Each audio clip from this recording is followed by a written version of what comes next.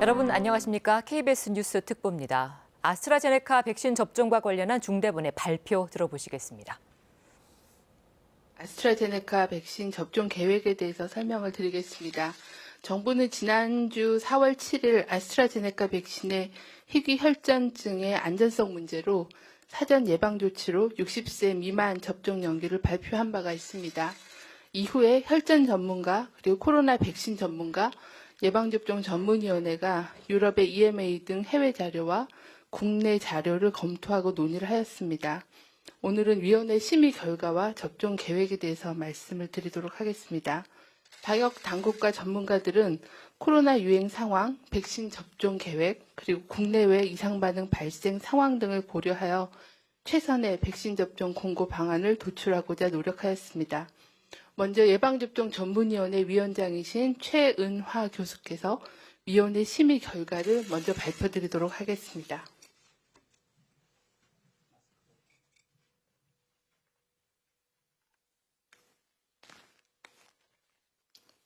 예방접종 전문위원회는 지난 3월 22일 아스트라제네카 코로나19 백신 접종 후 매우 드물게 발생하는 혈소판 감소를 동반하는 특이 혈전증 발생에 대한 입장을 밝힌 바 있습니다.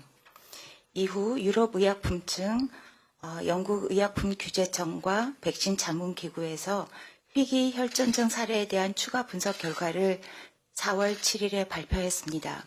이번 정밀 분석 결과 유럽의약품청과 영국의약품규제청은 희귀 혈전증이 아스트라제네카 백신에 가능한 이상 반응이라고 인정하였습니다.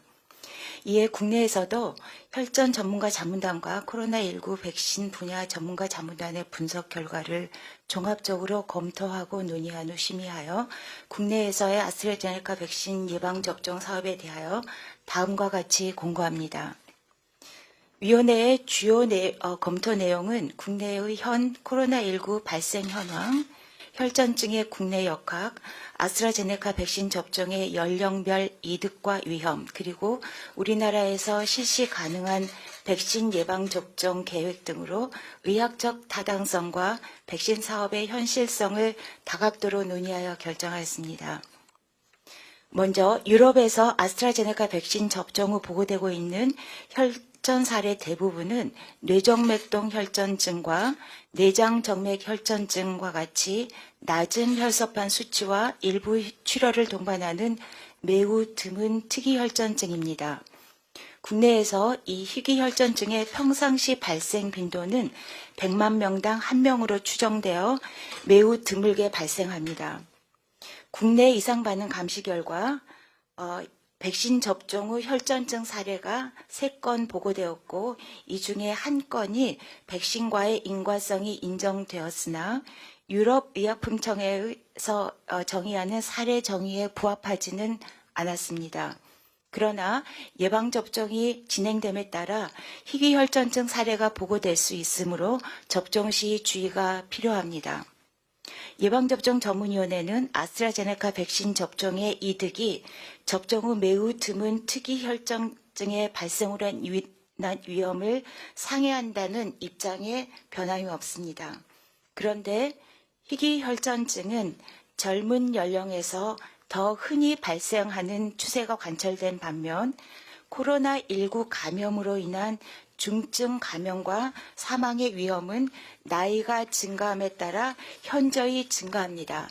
따라서 백신으로 얻는 이득과 위험을 연령별로 분석하는 것이 중요합니다. 이에 예방접종 전문위원회는 국내에서 아스트라제네카 백신 접종의 연령별 이득과 위험 분석 결과에 따라 예방접종으로 인한 이득이 위험을 상회하는 30세 이상에서는 접종을 권고하되 위험 대비 이득이 높지 않다고 평가된 30세 미만에 대해서는 접종을 권고하지 않는 것으로 결정하였습니다. 최근 국내에서 코로나19 유행이 다시 확산 추세에 있습니다. 적극적인 백신 접종을 차질 없이 진행하는 것이 사망자 수와 유행 규모를 줄이는 데 무엇보다 중요한 시점입니다. 아스트라제네카 백신은 현재 우리나라가 보유하고 있는 코로나19 백신으로 중증 감염과 사망을 줄이는데 안전성을 고려하면서 효과적으로 사용되어야 하는 매우 중요한 수단으로 현재 일부 대상에서 연기 또는 보류된 예방접종을 빨리 재개할 것을 권고합니다.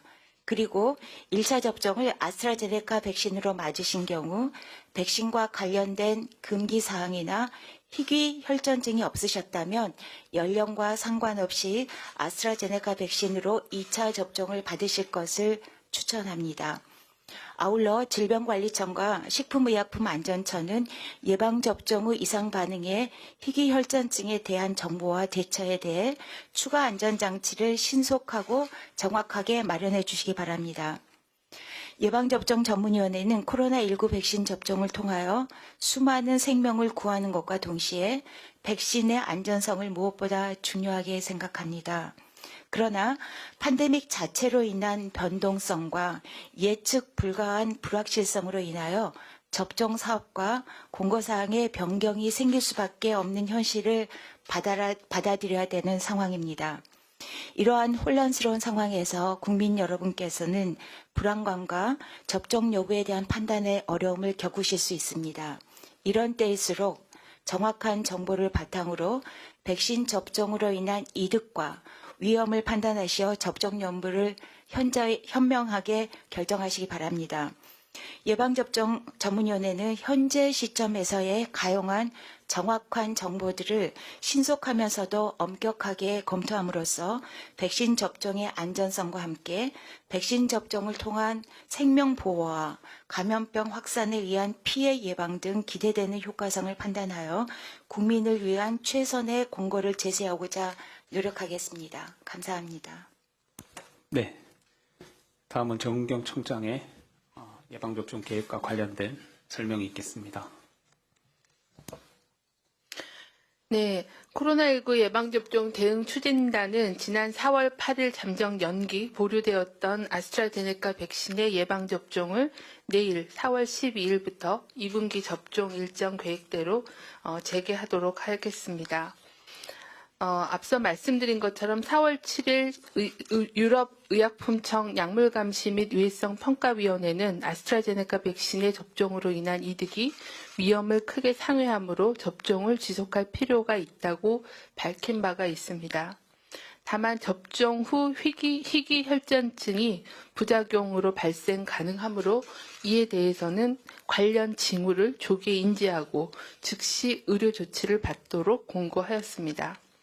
이번에 유럽의약품청이 아스트라제네카 백신 접종의 부작용으로 분류한 희귀 혈전증은 일반적인 혈전 질환과는 다르며 매우 희귀하게 발생하며 혈소판 감소를 동반하면서 발생하는 뇌정맥동 혈전증 그리고 내장 정맥 혈전증이 이에 해당하는 것으로 판단하고 있습니다. 우리나라에서는 현재까지 3명의 혈전증 사례가 보고되었으나 유럽의약품청이 제시한 부작용에 해당하는 사례에 적용되지는 않는다라고 판단하고 있습니다. 이 중에 한 건은 백신과의 인과성은 인정되었으나 혈소판 감소가 확인되지 않아 유럽의약품청의 부작용 사례 정의에는 해당되지 않는 걸로 보고 있습니다. 이에 따라 추진단은 4월 8일부터 전문가 자문 예방접종 전문위원회를 개최하여 국내 동향 등을 검토하여 아스트라제네카 백신 접종 방안을 마련하였습니다. 추진단과 전문가들은 국민 안전을 우선에 두고 영국 사례 등을 참고하여 연령 집단별 접종 위험과 이득 분석을 토대로 과학적이고 안전한 접종 방안을 도출하고자 했습니다. 추진단은 앞서 위원장께서 말씀해 주신 예방접종 전문위원회의 권고사항을 토대로 아스트라제네카 백신 접종 계획을 마련하였습니다. 먼저 2분기 접종 일정은 4월 12일 월요일부터 계획대로 재개합니다. 이에 따라서 접종 시작 시기를 연기했던 특수교육, 장애아 보육, 감염 취약시설 등에 대한 접종을 시작하고 한시적으로 접종을 보류하였던 요양병원 등의 60세 미만 접종 대상자도 다시 접종을 시작합니다. 둘째는 30세 미만은 아스트라제네카 백신 접종 대상에서 제외합니다. 이는 유럽의약품청과 영국 등이 희귀혈전증을 아스트라제네카 백신 접종의 부작용으로 분류한 것을 반영하여 과학적 분석 결과에 근거한 것입니다. 30세 미만의 경우에는 백신 접종으로 유발할 수 있는 희귀혈전증으로 인한 위험이 접종으로 인한 이득이 크지 않은 것으로 판단하였기 때문입니다. 셋째, 희귀혈전증의 조기 발견과 조기 치료를 위한 감시 체계를 구축하고 혈전학회, 신경과학회 등 관련 전문 학회와 신속하게 사례를 공유하고 진단, 치료, 대응하는 역량을 강화하겠습니다. 혈전증은 조기에 발견하여 치료하면 중증 악화와 사망을 예방할 수 있는 질환입니다. 추진단은 예방접종자용 안내문을 보완하여 안내하고 접종 후 이상 반응에 대해 조기에 인지하여 진료받을 수 있도록 안내하겠습니다. 또한 의료진용 진료 안내서도 제정하여 배포하겠습니다. 희귀혈전증 등이 접종 후 4주 이내에 발생할 수 있으므로 중대하거나 특이한 이상 반응 발생 모니터링을 강화하고 과학적 근거 마련을 위해 해당 질환 관련 전문 학회를 중심으로 의료기관의 감시 체계를 구축하고 조사 연구를 시행하도록 하겠습니다. 네 번째, 이미 1차 접종을 완료한 사람들은 연령에 관계없이 2차 접종도 예정대로 추진합니다. 아스트라제네카 백신 1차 접종자 중 희귀혈전증 관련 부작용이 없는 경우에도 2차 접종은 아스트라제네카 백신으로 접종할 계획입니다. 다음은 예방접종 효과 분석에 대해서 설명을 드리도록 하겠습니다. 분석 대상은 1분기 코로나19 예방접종 대상자 중에서 1회 접종을 완료한 76만여 명, 백신 미접종자 13만여 명에 대한 분석 결과입니다. 백신 접종을 시작한 2월 26일부터 4월 8일까지 접종자 중에는 83명이 확진이 되었으며 접종자의 10만 명당 발생률은 10.8명이었습니다. 백신 종류별로 분석하면 아스트라제네카 백신 접종 후 확진자가 79명이고 화이자 백신 접종 후의 확진자는 4명이었습니다. 백신 접종 후 14일 경과 기간을 고려하여 분석했을 때는 아스트라제네카 백신 접종 후 14일 경과하여 확진된 사례는 40명, 접종자 10만 명당 6.2명이었고 화이자 백신 접종자 중에는 14일 경과하여 확진된 사례는 없었습니다. 반면에 백신 접종을 받지 않은 13만 7천여 명에서는 109명이 확진이 되어 10만 명당 발생률은 79.3명이었습니다. 1분기 전체 접종 대상자에서 확인한 백신 효과는 아스트라제네카 백신은 85.9%, 그리고 화이자 백신이 91.7%였습니다. 14일이 경과한 시점에서 확인한 백신의 효과는 아스트라제네카 백신이 92.2%, 화이자 백신은 100%였습니다. 정부는 의료계 전문가와 협력하여 이상 반응 발생 시 신속하게 치료하고 이상 반응 감시, 조사, 또 피해 심의 등을 신속하게 진행하여 관련 내용을 투명하게 공개하고 대처해 나가겠습니다. 국민들께서는 불안감보다는 건강 보호와 일상 회복을 위해 접종 순서가 오면 건강 상태가 좋은 날 안전하게 접종을 받아주실 것을 다시 한번 당부드립니다. 이상입니다. 네, 지금까지 아스트라제네카 백신 접종과 관련한 중대본의 발표 함께했습니다. KBS 뉴스 특보 마칩니다. 고맙습니다.